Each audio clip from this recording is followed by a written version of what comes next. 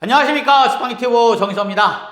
오늘은 이 전입금 얘기를 좀 해보도록 하겠습니다. 자꾸 보여서 그래요. 전입금이 눈에 안내를 해드리는데도 불구하고 저희가 안내해드린 대로 잘 안 하시더라고요. 이제 다 그런 건 아니고 물론. 그래서 오늘은 전입금 얘기를 좀 해보도록 하겠습니다. 자, 전입금이 뭐예요? 전입금이 핵심이 되는 건 설립자가 넣는 돈은 무조건 다 전입금 처리를 합니다. 홍길동이라는 대표분이 설립한 기관이다? 그럼 홍길동 명의로 들어오는 모든 것들은 어때요? 전입금이라고 생각하시면 돼요. 그리고 이 전입금은 투자금입니다. 즉 투자를 한 거예요. 따라서 어때요? 기관이 큰 이익이 났을 때 전출금으로 뽑아갈 수 있는 거다 이렇게 생각하시면 돼요. 아니면 폐업할 때 정산한다 이렇게 생각하시면 돼요. 이걸 매달 넣고 매달 뺀다 이렇게 생각하시면 곤란합니다. 그리고 못 가져간다. 한번 들어온 거기 때문에 절대 못 가져간다. 가져간다는 생각은 하시면 안 된다. 뭘로? 기관을 잘 키워서 기타 전출금으로 가져간다. 이렇게 생각하시면 되는 거예요. 전입금으로는 다시 나갈 수가 없다. 이게 핵심입니다. 이 얘기를 많이 했는데 계속 반복돼요. 그러니까 전입금이 자주 보여서 그러는 거예요. 회계에. 그래서 이제 이 말씀을 드리는 겁니다.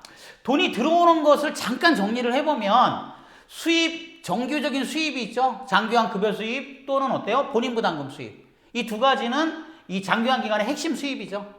그 외에 부채가 있어요. 대표님도 생각하시지. 이 부채는 뭐예요? 여기가 운영이 좀 안 되니까 돈을 빌리는 거죠. 이건 딱 두 가지밖에 없습니다. 금융기관 차입금, 기타 차입금.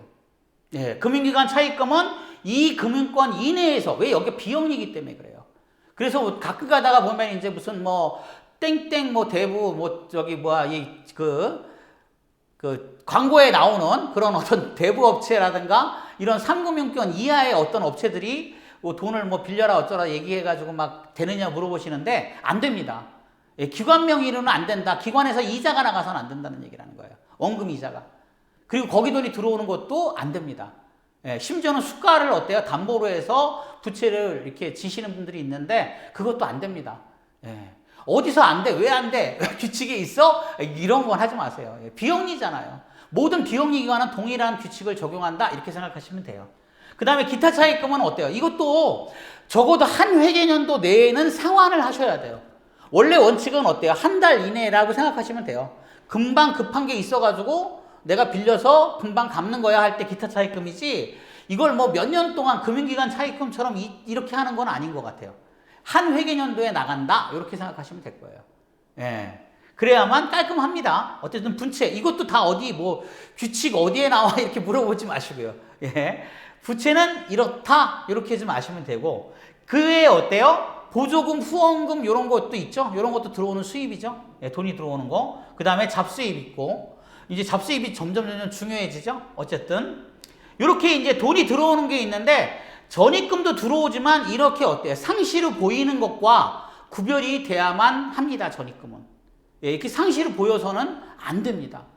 부채는 안 보이는 게 좋지만 기관 형편이 어려우면 보일 수밖에 없고 그죠? 이건 많이 보일수록 좋고 기타도 많이 보일수록 좋겠죠? 이 두 가지는 많이 보일수록 좋은 거고 요거는 안 보이는 게 좋은데 어쩔 수 없고 하지만 전입금은 안 보여야만 된다는 얘기예요. 안 보여야만. 그 얘기를 말씀드리는 거예요. 자, 투자금인데 왜 자주 들어오느냐 이거예요. 투자를 이렇게 자주 하느냐. 그렇게 자주 투자하시면 안 돼요. 못 가져가잖아. 그렇게 하시는 사람 나중에는 얼마 내가 투자했는지도 몰라. 처음 이거 기관 오픈할 때는 어때요? 설립 인가 전이라서 투자한 거 한 푼도 정산도 못해. 그리고 나서 좀 운영이 안 돼서 또 1,000만 원 넣었어. 좀 지나고 나니까 또 어때요? 돈이 부족해서 또 500 넣었어. 그 다음에 또 좀 저거 해서 100만 원 넣었어. 막 이런 식이거든요. 차라리 그거를 처음서부터 딱 계획을 잡아서 설립 인가 전에 투자하는 것도 회계에 산입할 수 있도록 하는 게 좋죠. 계획을 세우면 가능합니다, 그게. 요양원이나 주간보호처럼 큰 기관들도 계획을 세워서 하면 그렇게 할 수 있습니다. 왜? 들어가는 돈이 여기는 엄청나게 크잖아요. 그러니까 그렇게 생각하시면 돼요. 방문 요양은 몇천 안 되니까. 근데 그것도 가능하죠. 해놓는 게 좋죠, 그렇게 해서. 그렇게 해서 아예 어때요? 적어도 2, 3개월치는 좀 예비가 되게끔 기관에서 쓰는 돈, 급여 포함해서입니다. 그렇게 예비가 된 상태에서 어때요? 운영을 하시는 것이 적정하겠죠. 한 번에 못 가져간다. 이 두 가지만 좀 명심해 주셨으면 하는 거예요. 더더욱이 소액이 자꾸 들어와요. 소액이 30만 원, 50만 원, 20만 원 이걸 전입금 처리를 해야 돼? 이 생각을 막 머리가 아플 때가 있어요. 예, 한 달 내에 3월달 통장에 보면 5월달 통장에 보면 각 달마다 어때요? 3월에도 보이고 5월에도 보이는 것도 좀 민망한데 5월에 어때요?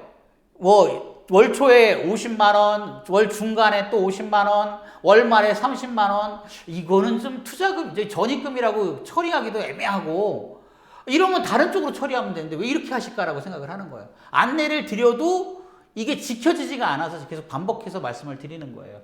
그리고 너무 자주 보인다는 거죠. 예, 두 가지만 제가 말씀드릴게요. 이 투자금, 즉 전입금이 들어오는 경우에는 적어도 어때요? 퇴직금은 정상적으로 지출돼야 된다는 그 전제 조건이 있는데 전입금이 이렇게 좀 이상하게 들어오는 기관은 이 퇴직금도 이상해요.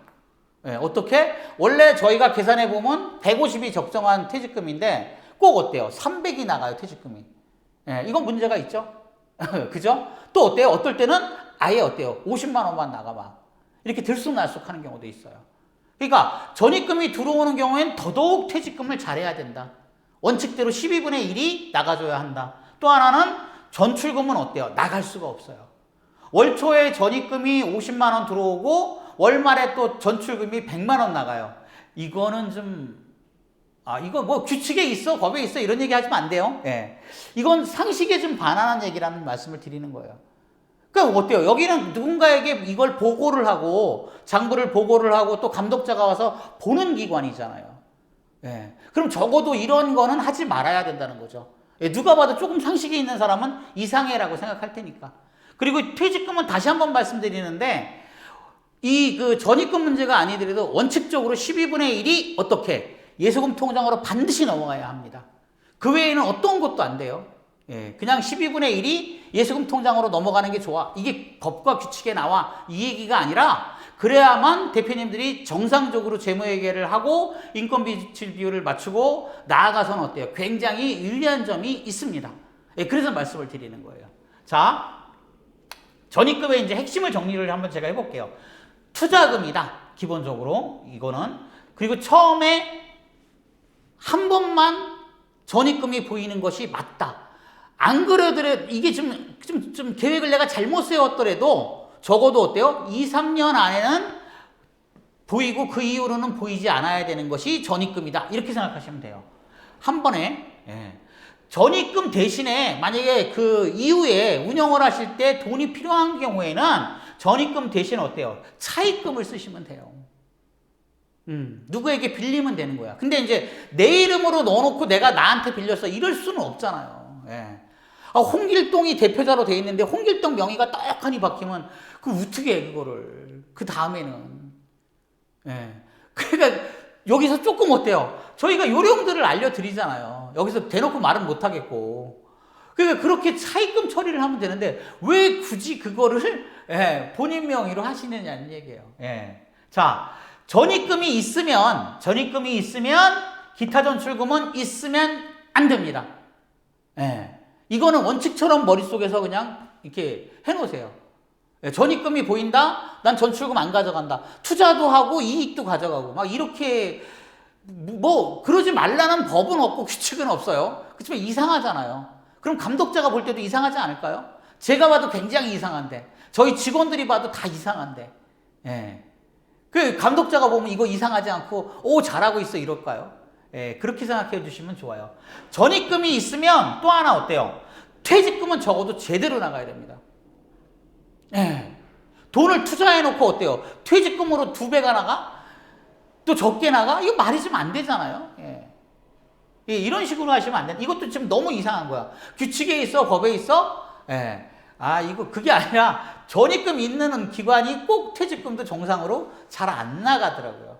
그게 말씀을 드리는 거예요. 퇴직금은 어떻게 해야 된다? 예. 전입금이 아니더라도 12분의 1이 반드시 나가줘야 된다.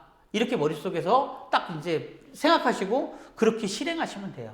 자, 이런 얘기들이 이 전입금에 대한 얘기도 마찬가지겠지만 구멍가게식의 운영이었기 때문에 그렇습니다. 지금까지는. 근데 구멍가게식으로 운영해서는 앞으로는 어때요? 재무회계뿐만 아니라 기관 운영 전체에 이제 악영향을 미칠 수 있다고 저는 생각을 하거든요. 그러니까 제대로 운영을 해야겠죠. 적어도 어때요? 마트처럼은 아니더라도 편의점처럼이라도 운영을 좀 하셔야 합니다. 어느 정도는 법과 규칙을 생각하고 어때요? 모양새도 좀 봐가면서 그렇게 운영을 하셔야 되는 게 맞지 않을까라고 생각합니다. 예, 그리고 이런 것 좀 이점을 버리시고 어떻게 해야 돼요? 영업에 치중하시는 게 훨씬 더 유리합니다. 예, 자, 오늘은 여기까지 이야기하겠습니다. 감사합니다.